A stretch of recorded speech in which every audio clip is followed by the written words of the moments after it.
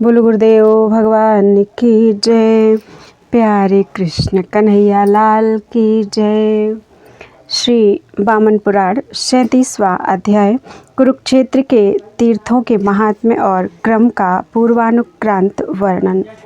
श्री लोमहर्षण जी बोले, पवन के हृदय में पुत्र हनुमान जी के शोक के कारण जिस सरोवर में पवन लीन हो गए थे, उसमें स्नान करके महेश्वर देव का दर्शन कर मनुष्य समस्त पापों से विमुक्त हो शिव पद को प्राप्त करता है।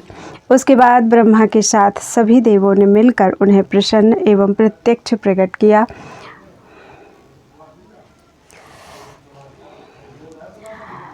उस तीर्थ में स्नान करके मनुष्य अमृत पद को पा लेता है। नियमानुसार तीर्थ का सेवन करने वाला श्रेष्ठ ब्राह्मण कुलोत्तारण तीर्थ में जाकर अपने मातामह और पितामह के समस्त वंशों का उद्धार कर देता है। तीनों लोकों में प्रसिद्ध राजर्षि शालिहोत्र के तीर्थ में स्नान कर मुक्त हो मनुष्य शारीरिक पापों से सर्वथा छूट जाता है। सरस्वती क्षेत्र में तीनों लोकों में प्रसिद्ध श्री कुंज नामक तीर्थ, उसमें भक्तिपूर्वक स्नान करने से मनुष्य अग्निष्टोम यज्ञ का फल प्राप्त कर लेता है। मनुष्य वहाँ से नैमिषकुंज तीर्थ में जाकर पवित्र हो जाता है और नैमिषारण्य तीर्थ में स्नान करने से जो पुण्य होता है उसे प्राप्त कर लेता है। वहाँ पर वेदवती से निषेवित बहुत प्रसिद्ध तीर्थ है। द्विजश्रेष्ठों, रावण के द्वारा अपने केस के पकड़े जाने पर शोक से संतप्त होकर वेदवती ने उसके वध के लिए अपने प्राणों को छोड़ दिया था और उसके बाद महात्मा राजा जनक के घर में वे उत्पन्न हुई और उनका नाम सीता विख्यात हुआ। तब वे राम की पतिव्रता पत्नी हुई। उस सीता को रावण ने स्वयं अपने विनाश के लिए अपहरित कर लिया। सीता के अपहरण हो जाने पर राम रावण युद्ध हुआ, जिसमें रावण को मारने के बाद विभीषण को लंका के राज्य पर अभिषिक्त कर श्री राम सीता को वैसे ही घर लौटा लाए जैसे आत्मवान जितेंद्रिय पुरुष कीर्ति को प्राप्त करता है। उनके तीर्थ में स्नान कर मनुष्य कन्या यज्ञ अर्थात कन्यादान का फल एवं समस्त पापों से मुक्त होकर परम पद को प्राप्त करता है। उस वेदवती तीर्थ के बाद ब्रह्मा के उत्तम और महान स्थान में जाना चाहिए, जहाँ स्नान करने से अवर वर्ण का व्यक्ति जन्मांतर में ब्राह्मणत्व प्राप्त कर लेता है और ब्राह्मण विशुद्ध अंतःकरण वाला होकर परम पद की प्राप्ति करता है। उस ब्रह्मा के तीर्थ स्थल पर जाने के बाद तीनों लोकों में दुर्लभ सोम तीर्थ में जाना चाहिए, जहाँ चंद्रमा ने तपस्या करके द्विज राजत्व पद को प्राप्त किया था। वहाँ स्नान कर अपने पितरों और देवताओं की पूजा करने से मनुष्य कार्तिक की पूर्णिमा के चंद्रमा के समान निर्मल होकर स्वर्ग को प्राप्त कर लेता है। तीनों लोकों में दुर्लभ सप्त सारस्वत नामक एक तीर्थ है, जहाँ सुप्रभा, कांचनाक्षी, विशाला, मान सहृदा, सरस्वती, ओघवती, विमलोदका एवं सुरेणु नाम की सातों सरस्वतियाँ अर्थात नदियाँ एकत्र मिलकर प्रवाहित होती हैं। पुष्कर तीर्थ में स्थित ब्रह्मा जी के यज्ञ के अनुष्ठान में लग जाने पर सभी ऋषियों ने उनसे कहा, आपका यह यज्ञ महाफलजनक नहीं होगा, क्योंकि यहाँ सरिताओं में श्रेष्ठ सरस्वती नदी नहीं दिखलाई पड़ रही है। उसे सुनकर भगवान ने प्रसन्नतापूर्वक सरस्वती का स्मरण किया। पुष्कर में यज्ञ कर रहे ब्रह्मा जी द्वारा आहूत की गई सुप्रभा नाम की देवी वहाँ सरस्वती नाम से प्रसिद्ध हुई। ब्रह्मा जी का मान करने वाली उस वेगवती सरस्वती को देखकर मुनिजन प्रसन्न हो गए और उन सबों ने उनका अत्यधिक सम्मान किया। इस प्रकार पुष्कर तीर्थ में स्थित एवं नदियों में श्रेष्ठ इस सरस्वती को महात्मा मंकण कुरुक्षेत्र में लाए।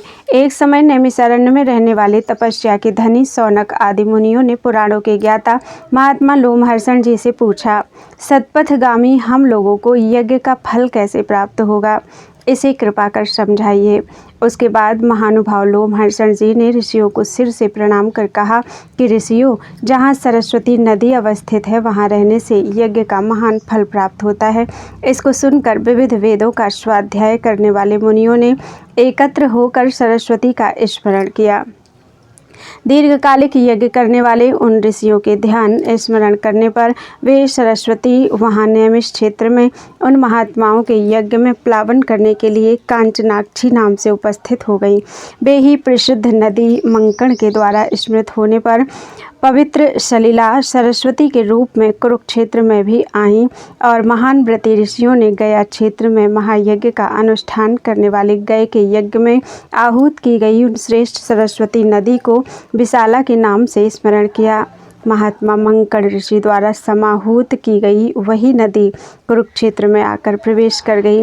फिर उद्दालक मुनि ने देवर्षियों के द्वारा सेवित परम पवित्र उत्तर कौशल प्रदेश में सरस्वती का ध्यान किया। उन मुनि के कारण नदियों में श्रेष्ठ वह सरस्वती नदी उस देश में आ गई एवं वह बलकल तथा मृग चर्म को धारण करने वाले मुनियों द्वारा पूजित हुई। तब संपूर्ण पापों का विनाश करने वाली वह मनोहरा नाम से विख्यात हुई।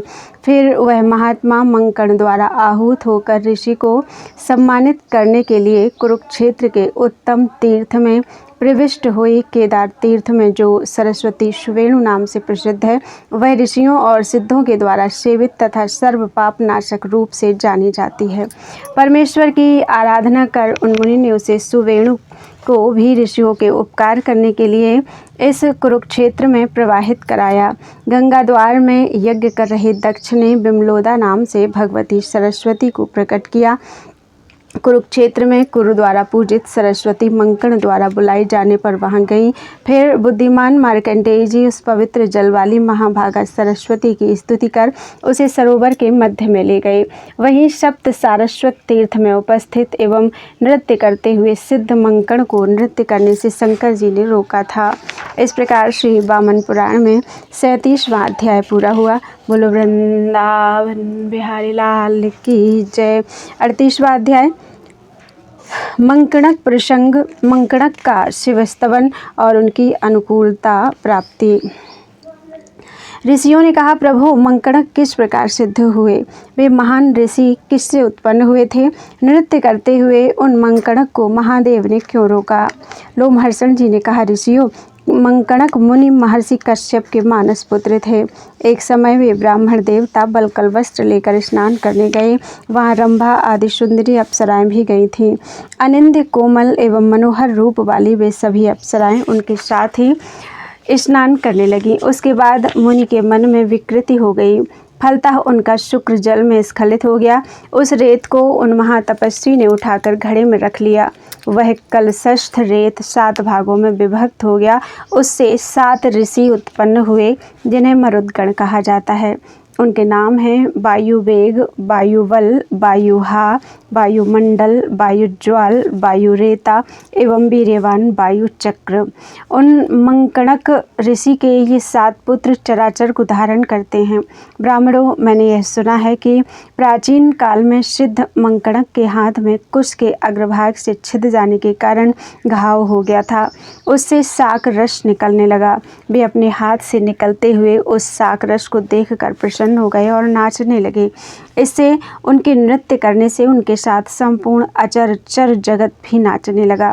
उनके तेज से मोहित जगत को नाचते देखकर ब्रह्मा आदि देव एवं तपस्वी ऋषियों ने मुनि के हित के लिए महादेव से कहा, देव, आप ऐसा कार्य करें जिससे ये नृत्य ना करें। उन्हें नृत्य से विरत करने का उपाय करें। उसके बाद हर्ष से अधिक मगन उन मुनि को देखकर एवं देवों के हित की इच्छा से महादेव ने कहा, मुनिषत्तम, ब्राह्मण श्रेष्ठ, आप तो तपस्वी एवं धर्म पथ में स्थित रहने वाले हैं। फिर आपके इस हर्ष का क्या कारण है? ऋषि ने कहा, ब्राह्मण, क्या आप नहीं देखते कि मेरे हाथ से शाक का रस चू रहा है, जिसे देखकर मैं अत्यंत आनंदमग्न होकर नृत्य कर रहा हूँ। महादेव जी ने हंसकर आसक्ति से मोहित हुए उन मुनि से कहा, विप्रवर, मुझे आश्चर्य नहीं हो रहा है, किंतु आप इधर देखें। विप्रेंद्रो, श्रेष्ठ मुनि से ऐसा कहकर देदीप्यमान भगवान देवाधिदेव महादेव ने अपनी अंगुली के अग्रभाग से अपने अंगूठे को ठीक किया। उसके बाद उस चोट से हिमतुल्य स्वच्छ भस्म निकलने लगा। उसे देखने के बाद ब्राह्मण लज्जित होकर महादेव के चरणों में गिर पड़े और बोले, मैं महात्मा शूलपाणी महादेव के अतिरिक्त किसी को नहीं मानता। शूलपाणी, मेरी दृष्टि में आप ही चराचर समस्त संसार में सर्वश्रेष्ठ हैं। हे अनघ, ब्रह्मा आदि देवता आपके ही आश्रित देखे जाते हैं। आप ही देवताओं में प्रथम हैं और आप सब कुछ करने एवं कराने वाले तथा महत् स्वरूप हैं। आपकी कृपा से सभी देवगण निर्भय होकर मोदमग्न होते रहते हैं।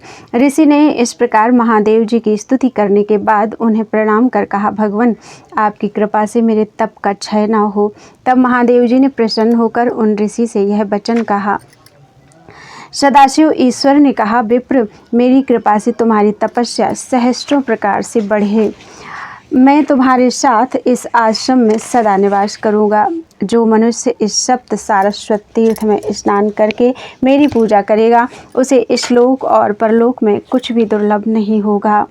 वह निस्संदेह उस सारस्वत लोक को जाएगा एवं मुझ शिव के अनुग्रह से परम पद को प्राप्त होगा। इस प्रकार श्री वामन पुराण में 38वां अध्याय पूरा हुआ। बोलो वृंदावन बिहारी लाल की जय। त्वदीयं वस्तु गोविंद तुभ्यमेव समर्पये। तेन त्वदङ्घ्रिकमले रतिं मे यच्छ शाश्वतीम्।